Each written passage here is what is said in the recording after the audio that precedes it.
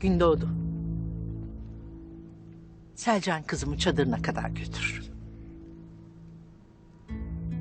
Emrin olur ana.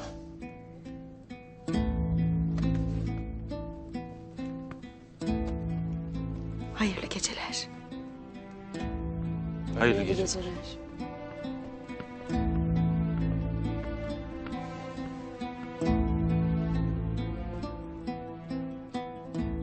Goncagül Hatun, kazanın dibinde biraz bulgur aşı kaldı. Yer misin?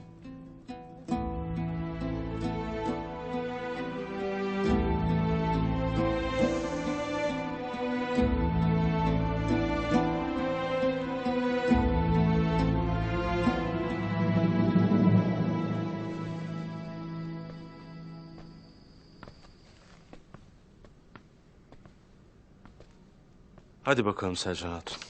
Hayırlı geceler. Gün doğdu beyim. Bu çadıra adımını attın ya. Nefesin, kokun kapladı her yanı. Bahar yeli esti sanki. Canıma can kattın. O şeytan Noyan'ın eline düştüğüm vakit bir an bile korkmadım. Bildim ki sen geleceksin, beni kurtaracaksın. Selcan. Çadırlarımız ayrılmıştır. Ama sen hala benim hatunumsun. Bunu böyle bilesin. Dünyaları verdin bana. Rabbimden daha ne isterim gayrı? Bilirim. Seni biraz ihmal ettim. Lakin bundan sonra hep senin yanında olacağım. Merak etmeyiz.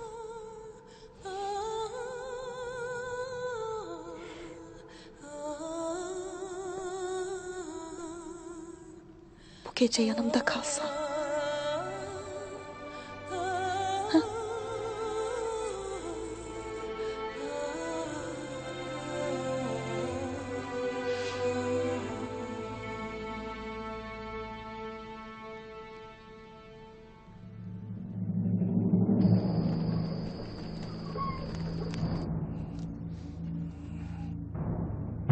Mahkumu göreceğim. Çekil.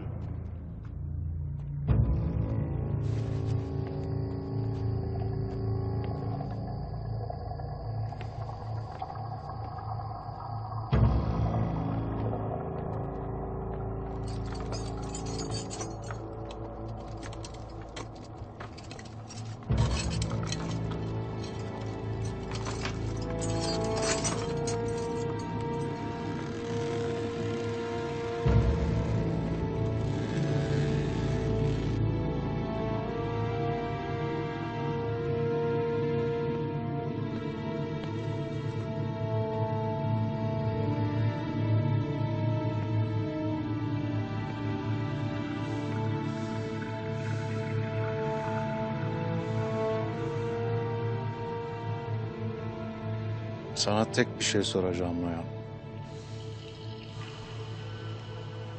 Sungur Tekin'de olup da ele geçirmek istediğiniz şey neydi?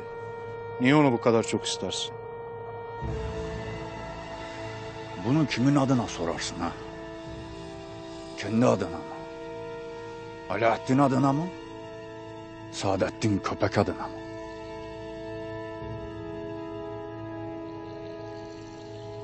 Ne demek istersin sen? Seni de, Saadettin Köpek'i de iyi bilirim.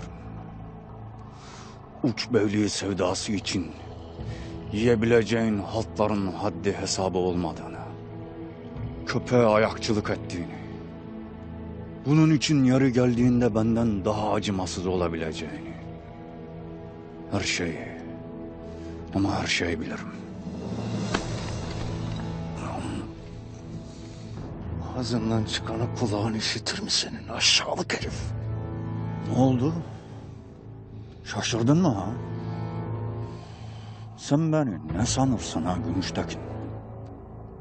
Burada esirim diye, yarın infaz edileceğim diye beni hor mu görürsün?